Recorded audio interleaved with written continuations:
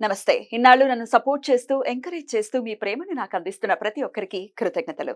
అలాగే ఈ వీడియో కూడా ఖచ్చితంగా మీకు ఉపయోగపడుతుంది. లైక్, షేర్ అండ్ సబ్స్క్రైబ్ చేసి మీ సపోర్ట్‌ని నాకు అందించండి. అలాగే ఈ వీడియో పట్ల మీకున్న అభిప్రాయాన్ని కామెంట్ సెక్షన్‌లో కామెంట్ చేసి తెలియజేయండి.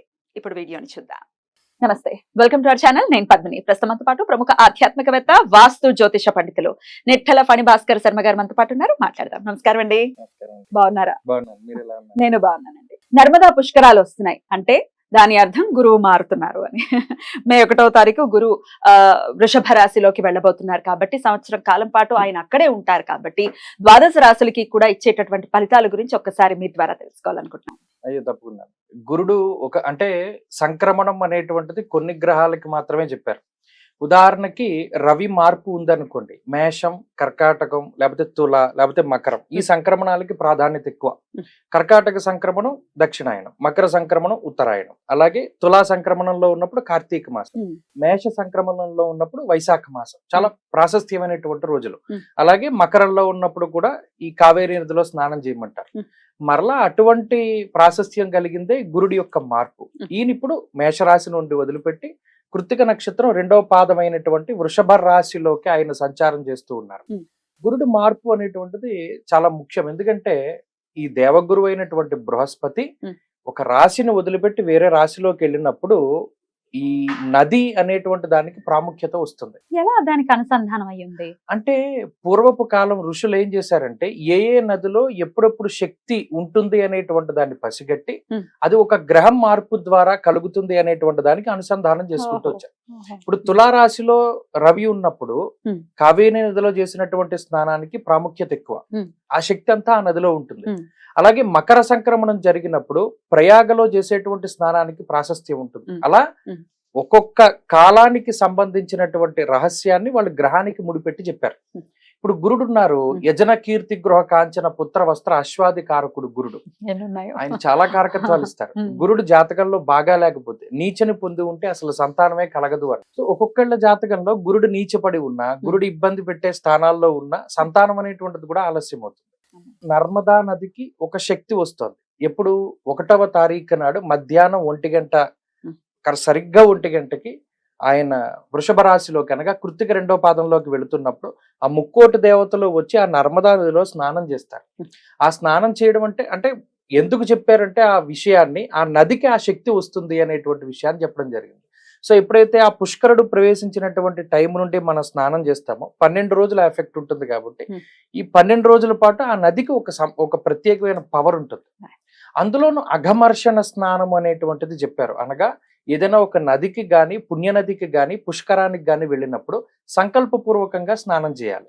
సంకల్పం చెప్పుకోకుండా చేస్తే అది మలమర్షణ స్నానం అవుతుంది. అంటే శరీరాన్ని శుద్ధి చేసుకోవడమే అవుతుంది కానీ అఘమర్షణ ప్రయోజనం ఉండదు. ఎలా సంకల్పం చెప్పుకోవాలి? ఉదాహరణకి మనం అక్కడికి వెళ్ళినప్పుడు మన జన్మాంతరాల్లో చేసినటువంటి పాపాలను పోగొట్టుకోవడానికి మయ ఆలోచిత అనాలోచిత సమస్త దుష్కర్మ దోష నివారణార్థమనో, లేకపోతే జనరల్ గా మనం ప్రతిరోజు చెప్పుకునేటువంటి సంకల్పం ఏదైతే ఉంటుందో ఆ సంకల్ప పూర్వకంగా చెప్పాలి.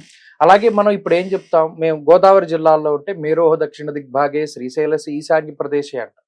అలాగే అక్కడ ఉన్న వాళ్ళైతే ఆ సంకల్పం చెప్పుకోవాలి. అలా ఏదైనా ఒక బ్రాహ్మడు అక్కడ లోకల్ గా ఉండేటువంటి వారిని వాళ్ళు చక్కగా జరుగుతుంది, శాస్త్రోక్తంగా జరుగుతుంది. అఘమర్షణము అన్నారు. అంటే పాపాలని పోగొట్టేటువంటి స్నానము. అక్కడ దాకా వెళ్ళలేని వాళ్ళకి ఇంకో ప్రత్యామ్నాయం ఉందా? ఉంటుంది. ఏదైనా మంత్రపూర్వకంగా చేయొచ్చు. గంగే చేయమని 12 రోజులు ఆ శక్తి ఉంటుంది కాబట్టి ఇంట్లో అయినా సరే చేయొచ్చు. అద్భుతం. ఇది పుష్కరానికి సంబంధించినటువంటి అంశం. అయితే మరి గురువు మారుతున్నారు కాబట్టి ఎట్లాంటి రిజల్ట్స్ ఇవ్వబోతున్నారు సంవత్సరం కాలం పాటు? మరి ఏమైనా వక్రగతి ఏమైనా ఉందా ఆయనకి? ఇత్యాది విషయాలు. అలాగే ద్వాదశ రాశులకు కూడా మరి ఆయన మార్పు వల్ల వచ్చేటటువంటి లాభాలు కావచ్చు, నష్టాలు కావచ్చు. లాభాలు అయితే హ్యాపీయే కానీ నష్టాలు అయితేనే కదా మరి ఏం చేసుకోవాలంటే ఆయన అనుగ్రహం కావాలి అని పరితపించే వాళ్ళే ఎక్కువగా ఉంది. తులారాశి వారికి అష్టమంలోకి వస్తున్నారు గురువు గారు. ఎలా ఇవ్వబోతున్నారు రిజల్ట్స్? అష్టమం అటు జాతకంలోనూ ఏ గ్రహమైనా సరే అష్టమ స్థానం అనేటువంటిది పనికిరాదు. అందులోనూ చంద్రలగ్నాతో అష్టమంలోకి రావడం జాతక రీత్యా దీన్ని శకట యోగము అంటారు. చంద్రలగ్నాతో 6-8 స్థానాల్లో గురుడు ఉండకూడదు. ఉంటే శకట యోగము అంటే అది అవయోగం అంటారు. ఎంత ఫాస్ట్ గా గ్రోత్ ఉంటుందో అంత ఫాస్ట్ గా అది వెనక్కి తీసుకుపోతుంది. సో అందువల్ల అష్టమ స్థానం సాధారణంగానే పేరులోనే ఉంటుంది. అష్టమ గురుడు, అర్ధాష్టమ గురుడు, అష్టమ శని, అర్ధాష్టమ శని. సో పనికిరాదు. కష్టపెడతారా? ఏ విధంగా చోరాగ్ని నృప భీతిశ్చ గాత్ర గాంభీర్య నాశనం అన్నాడు. అంటే గాత్రం గాంభీర్యాన్ని నాశనం చేస్తారు అనగా ఎక్కడ మనం స్ట్రాంగ్ గా నిలబడి మాట్లాడలేం, మనం చెప్పేది ఎవరు నమ్మరు, అండ్ ఇంకోటి ఏంటంటే మనం చెప్పేది ఎవరు బిలీవ్ చేయరు. ఇంకో విషయం ఏంటి, మనం మంచి చేసినా మన దగ్గర సబ్జెక్ట్ ఉన్నా ఏదేవైనా సరే మనం ఒక స్ట్రాంగ్ గా మాట్లాడలేకపోతాం, ఒక భయానికి కారణమవుతారు గురుడు. అలాగే చోర అగ్ని నృప భీతిశ్చ, దొంగల వల్ల భయం ఏర్పడుతూ ఉంటుంది, అగ్ని వల్ల భయం ఏర్పడుతూ ఉంటుంది. రాజు అనగా వాళ్ళు ఉన్నతాధికారులు అవ్వచ్చు, లేదా ఏదైనా పై అధికారులు, ప్రభుత్వాధికారులు, ఎవరి వల్లనైనా సరే భీతి అంటే భయం కలుగుతుంది అన్నారు. సో అష్టమంలో గురుడు సంచారం చేస్తూ ఉన్నప్పుడు చాలా జాగ్రత్తగా ఉండవలసినటువంటివి వీటి వల్లే. ఏంటంటే విద్యుత్తుకి సంబంధించినటువంటి వాటి జోలికి వెళ్ళినప్పుడు చాలా జాగ్రత్తగా ఉండాలి, పదునైనటువంటి వస్తువుల జోలికి వెళ్ళినప్పుడు జాగ్రత్తగా ఉండాలి. అలాగే ఏదైనా ముఖ్యమైన ఇంపార్టెంట్ వస్తువులు ఉంటాయి, మరీ ముఖ్యంగా గురుడు ఏ ఏ కారకత్వాలను వహిస్తారో అష్టమంలోకి వెళ్ళినప్పుడు అవి పోతూ ఉంటాయి. బంగారాన్ని కానీ, వాహనాలు కానీ, కొంతమంది సైకిళ్ళు, బళ్ళు ఇవన్నీ పోతూ ఉంటాయి, దొంగిలిస్తూ ఉంటారు.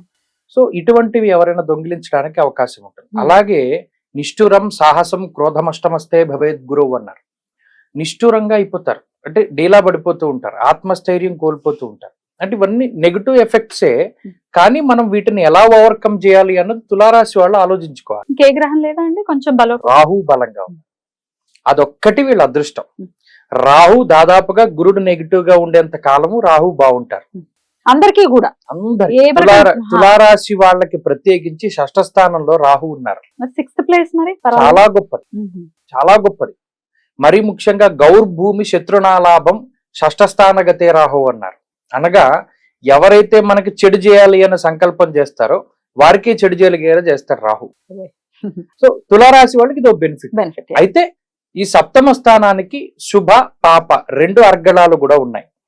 రాహు 6వ స్థానంలోను, గురుడు 8వ స్థానంలోనూ ఉన్నారు. ఇది 7కి పక్క పక్కనే, దీన్ని అర్గళము అంటారు.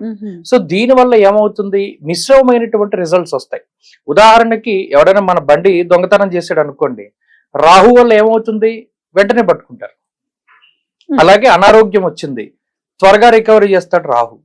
ఇలా గురుడు ఏదైనా వ్యతిరేకమైన ఫలితాన్ని ఇస్తూ ఉన్నా రాహు బాగు చేస్తున్నారు.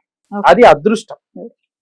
ఇది తులారాశి వాళ్ళకి మాత్రమే వచ్చింది. ఈ అష్టమ గురుడు దోషాన్ని రాహు తీసేస్తున్నారు కాబట్టి భయపడాల్సిన పని లేదు. కానీ ఇక్కడ ఏమవుతోంది అంటే గురుడు ఇచ్చిన ఫలితం తర్వాతే రాహు బాగు చేస్తున్నాడు, కానీ ఇవ్వకుండా ఆపట్లేదు కదా, మనం అనుభవిస్తున్నాం కదా.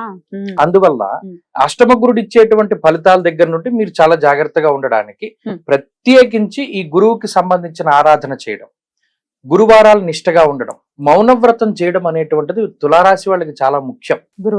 గురువారం నాడు సాధ్యమైతే పగలంతా 16 గంటల పాటు, లేని పక్షంలో 16 నిమిషాలైనా చేయమన్నాడు. చెయ్యాలి. సాధ్యమైనంత వరకు మాట్లాడకుండా ఉండడం. మౌనం వ్యాఖ్య ప్రకటిత పరబ్రహ్మతత్వం యువాను, ఆయనే మౌనంగా ఉంటూ ఉపదేశం చేశాడు. అలాగే మౌనంగా ఉంటూ మనం ఏదైనా సరే చేసుకోవచ్చు. గురువారం నాడు నియమనిష్టలతోటి ఉండి ఒంటిపూట భోజనం చేసి శనగలు దానం చేసి మౌనవ్రత దీక్షను పాటిస్తూ గురువు ఆరాధన కనుక చేయగలిగితే ఈ అష్టమ గురుని యొక్క దోషం కూడా తగ్గుతుంది. అలా తగ్గాలి, పీస్ఫుల్ గా ఇయర్ వీళ్ళకి వెళ్ళాలని నేను మనస్ఫూర్తిగా కోరుకుంటూ థ్యాంక్ యూ సో మచ్ అండి. ఇక నెక్స్ట్ ఎపిసోడ్ లో వృశ్చిక రాశి గురించి మాట్లాడుకుందాం. నమస్కారం.